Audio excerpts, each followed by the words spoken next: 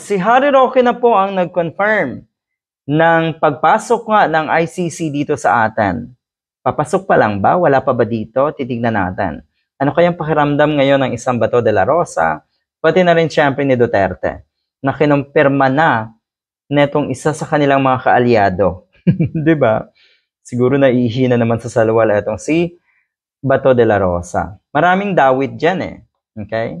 Ang balita nga natin, posibleng dawit din daw itong si Sara Duterte at si Bongo.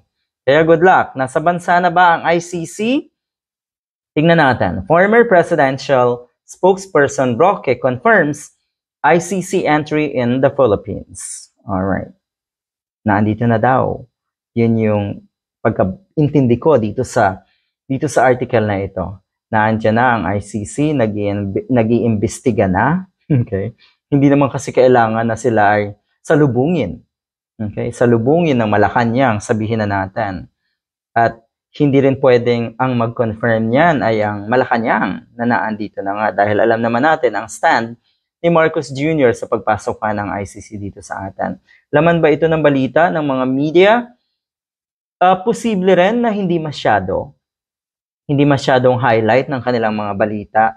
Dahil nga ito ay posibleng investigasyon na confidential. Diba? Kaya good luck talaga sa mga pwedeng madawit dahil ongoing na ang investigasyon. Abay, nabalita na rin po, laman na rin ng social media, yung posibleng ang maging kulungan na si Duterte, ni Digong, at ni Bato de la Rosa. Okay, tignan natin. Anong sabi? Sabi ng mga dati naming kasama, labas-pasok daw ang mga puti na galing sa ICC. Alright, mga puti na galing sa ICC.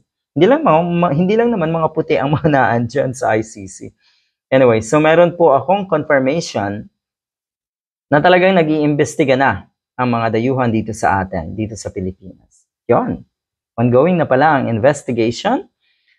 At sigurado tayo, alam to, merong si Digong, alam ng iba pang dawit, alam ni Roque, kaya nakikinikinita ako, hindi naging masaya ang kanilang Pasko dahil sa kaba.